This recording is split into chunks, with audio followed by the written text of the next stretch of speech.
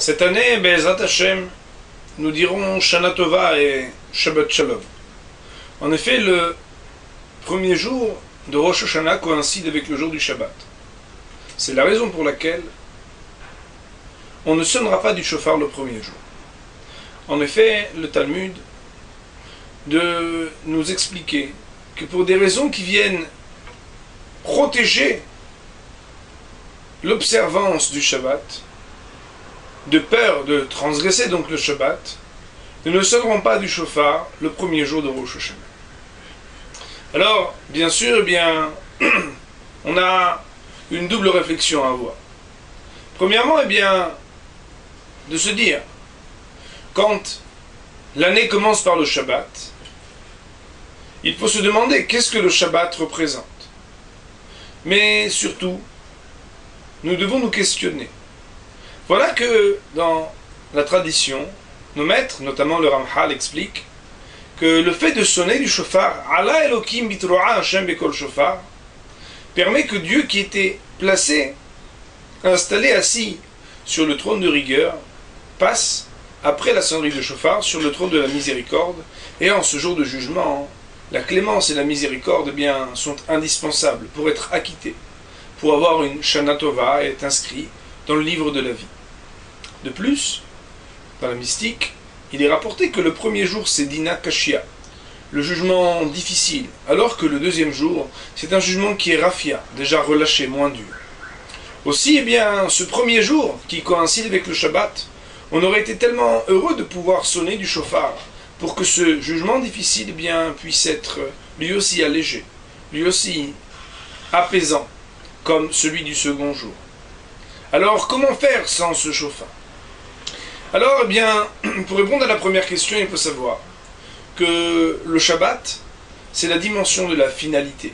En effet, les choses ont une origine, elles ont une réalité, et elles ont une finalité, un but, un tachlit. Et il est vrai que nous vivons dans un monde de l'instant. On profite, tout est update, mise à jour en temps réel, on sait tout sur tout. Mais quelque part, nos investissements pour ce qui s'appelle l'éternité, on les met un peu de côté. Alors cette année, d'entrée, depuis le premier jour de l'année, on doit réfléchir sur ce que le début de quelque chose a une finalité. Ce que sur l'instant, je dois me préoccuper d'investir pour des choses qui vont perdurer, qui vont être pérennisées.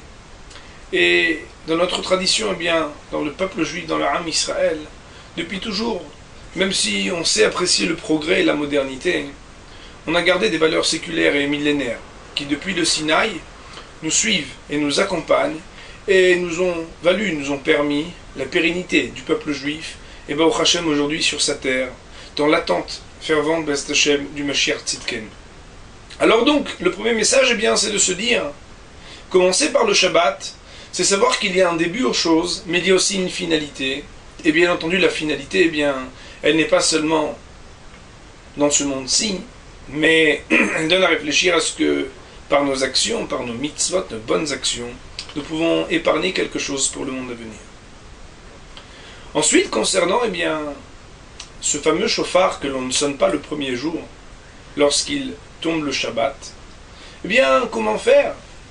Voilà qu'on a besoin de la rahmanout, du rahamim, de la miséricorde. Comment va-t-on s'en arranger? Une fois j'avais entendu du Mashgiach de Kol Torah un propos, une réflexion extraordinaire. Pardon. Il expliquait que le shofar lui-même, il n'est pas là pour faire entendre des décibels, pour faire entendre un son uniquement. Bien sûr, cela passe par un souffle qui est dans une corde, idéalement de bélier, mais nos maîtres dans le Talmud nous expliquent, dans le traité de Rosh Hashanah, que la raison pour laquelle on sonne du shofar, c'est particulièrement pour rappeler le souvenir d'Isaac. En effet, Yitzhak, notre ancêtre, avait été capable, lors de l'épisode de la Hakeda, de la ligature, de se vouer sur l'autel saint, prêt à mourir, prêt à être brûlé, pour l'honneur d'Akadosh Baruch Hu. Même après qu'il ait compris qu'il ne s'agissait pas de sacrifier un veau ou un agneau, mais que c'était lui qui serait le sacrifice pour Dieu, bien, il y est allé, sans discuter. Alors, comme tout le monde connaît l'histoire, juste avant bien que son père Abraham ne le sacrifie, un ange est venu et lui a dit « Ata yada'ati » maintenant je sais. Et c'est donc un bélier, un haïl qui a été égorgé à la place d'Yitzhak Avinu.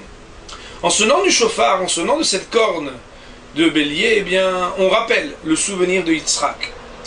Autrement dit, eh bien, on demande à Kadosh Baruch Hu d'intercéder et de dire, mais puisque nous sommes les dignes descendants d'Yitzhak, alors nous demandons la clémence, la miséricorde, en vertu de ce qu'il a fait. Le Rav Borodiansky d'expliquer que ce qu'Yitzhak a fait, c'était d'être capable d'avoir l'abnégation, la messirut nefesh, le fait d'être totalement dévoué et de ne rien vouloir récupérer, rien vouloir réclamer pour soi-même. C'est-à-dire que quand on est capable de se sacrifier tout entier sur l'autel, sur le misbéach, eh bien on ne rappelle rien à soi-même. Alors, peut-être ici faut-il entendre que ce jour du Shabbat, il y a un autre chauffard, un chauffard d'un autre ordre, qui renvoie aussi que nous sommes les dignes descendants d'Yitzhak. Comment? Bien tout simplement. On a le choix soit de sonner le chauffard, mais peut-être en arrivant à transgresser le Shabbat, parce qu'on pourrait le transporter ensuite, ou bien pour respecter au plus haut point les commandements de Dieu, ceux du Shabbat, on va prendre des restrictions. Et on va dire que le plus important, c'est de respecter le Shabbat et les commandements d'Hachem. Quitte à ne pas voir Dieu descendre du trône de rigueur au trône de miséricorde. Lorsqu'on fait montre à Kadosh Baruch Hu, lorsqu'on lui exprime combien on est à ce point dévoué à ses commandements, qu'on est capable soi-même de se mettre sur le bûcher, c'est-à-dire de se porter préjudice s'il le faut. Mais l'important, c'est d'écouter les commandements d'Akadosh Baruch Hu. Eh bien, quelque part, il y a exactement le même effet que ce chauffard. Ce chauffard rappelle que Yitzhak était capable de monter sur le misbéach à notre niveau, lorsque on ne sonne pas du chauffard à cause de l'observance du Shabbat. Eh bien, Akadosh Baruch Hu, pour lui, ça lui fait exactement le même effet. Il voit les descendants d'Yitzhak qui sont capables d'une autre manière que par le son du chauffard de rappeler qu'ils sont les dignes descendants d'Yitzhak. Prêts à tout perdre, mais uniquement pour respecter les commandements d'Hachem. Eh bien, cette année, c'est un chauffard d'un autre ordre qui va sonner. C'est celui qui, sans faire le même bruit, va avoir le même effet auprès d'Akadosh Baruch Hu. Il appellera à ce que la miséricorde l'emporte, que Dieu descende sur le trône de Rahamim, plutôt que de rester sur le trône de Din. Et il nous permettra, Be'ezat Hashem, par le fait de ne pas sonner, d'avoir le même effet que la sonnerie. C'est ce chauffard merveilleux du jour de Shabbat, qui, Be'ezat Hashem, fera commencer par le Tov, c'est-à-dire commencer par le bon.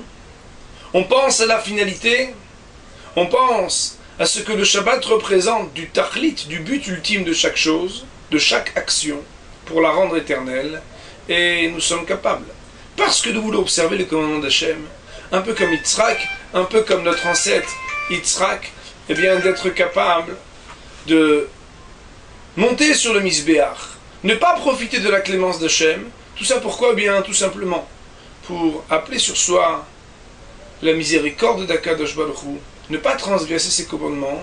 Je vous souhaite, Bezrat Hashem, une année merveilleuse, tikatvu v'tehatmu b'sefer haim tovim. Et pourquoi pas commencer par le bon, c'est peut-être commencer pour ceux qui ne l'ont jamais fait encore, par respecter le Shabbat et décider de le faire peut-être toute l'année.